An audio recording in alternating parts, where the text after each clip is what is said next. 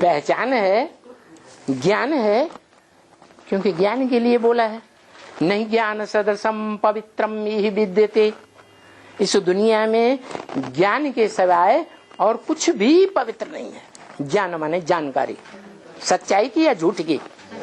सच्चाई की जानकारी। अगर जान लिया कि इस दुनिया में सत्य कौन है, इस दुनिया में, उस दुनिया की बात नहीं, निराकारी धाम की, इस दुनिया में सत्य कौन है जो कभी नष्ट ही नहीं होता, उसका आदि नहीं, उसका अंत नहीं। महाविनाश होगा, सारी सृष्टि का विनाश होगा, तो भी उसका विनाश, वो कालों का काल, महाकाल, जिसको कोई काल खा ही नहीं सकता। महाकाल इस सारी सृष्टि को खाएगा, लेकिन उसको कोई नहीं खाएगा। तो बताओ, शंकर, शंकर तो खुद ही आदम बैठा है। शंकर तो मूर्ति है।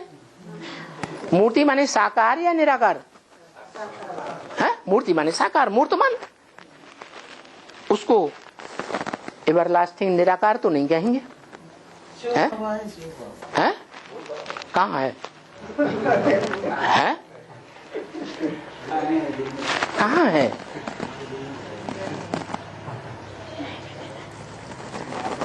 है? शिव बाप है। शिव बाप तो बिंदी का नाम है। वो साकार सृष्टि का रचयिता कैसे हो सकता?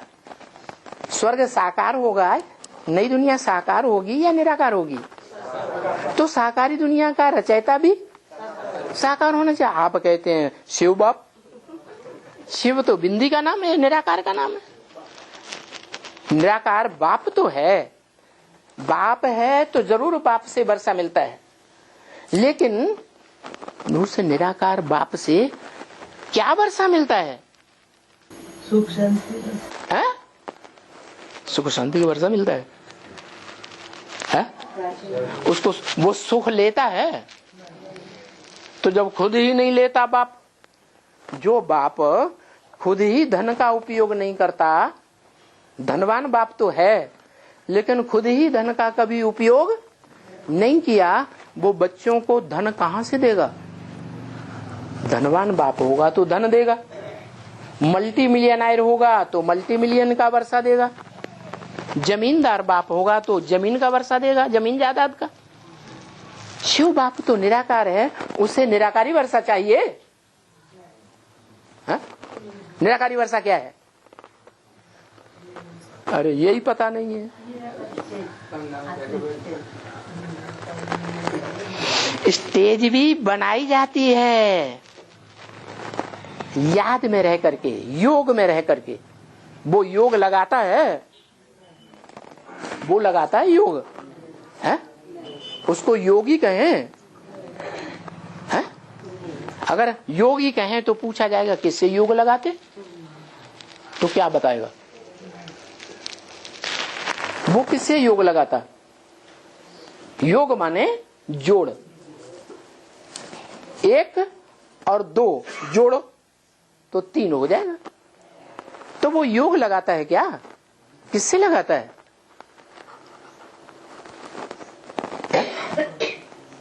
वो योगी नहीं है, योग लगाने वाला नहीं है।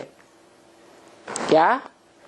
योगी राज नहीं है, योगियों के ऊपर राज्य करने वाला। ये योगी ईश्वर नहीं है, योगियों के ऊपर शासन करने वाला नहीं है।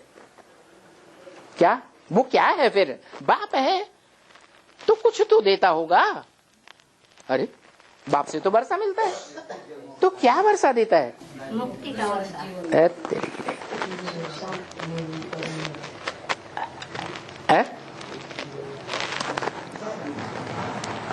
अगर वो मुक्ति का वर्षा देता है तो उससे पूछा जाए कब मुक्त हुआ था, उसने मुक्ति का वर्षा कब पाया, पाया या नहीं पाया? अरे वो तो बंधन में ही नहीं आता। आता है तो मुक्ति का सवाल ही नहीं।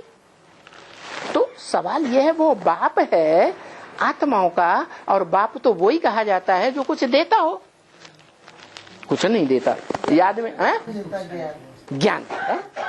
क्या देता है? जानकारी देता है। काय की जानकारी देता है? सत्य की ज्ञान।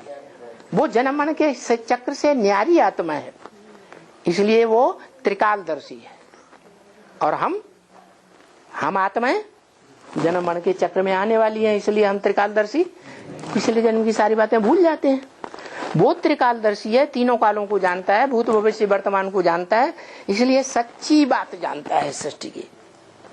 सृष्टि का आदि क्या है, मध्य क्या है, अंत क्या है, वो सब जानता है। सच्चाई उसके पास है। इब्राहिम बुद्ध का सृष्टि के पास भी सच्चाई नहीं। तो क्या वर्षा देता है?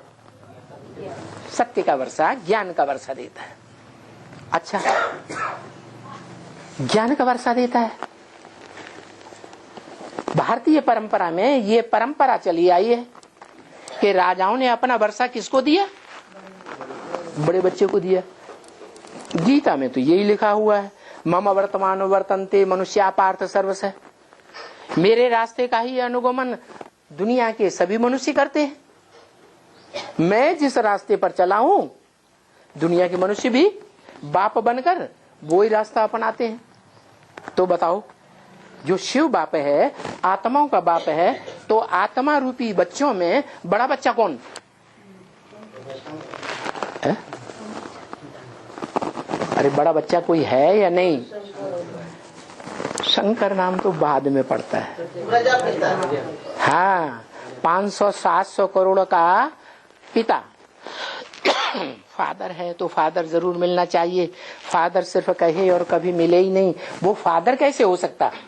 माने 500-700 करोड़ आत्माएं उस फादर को पहचानती हैं। आज नहीं तो कल पहचानेंगी जरूर।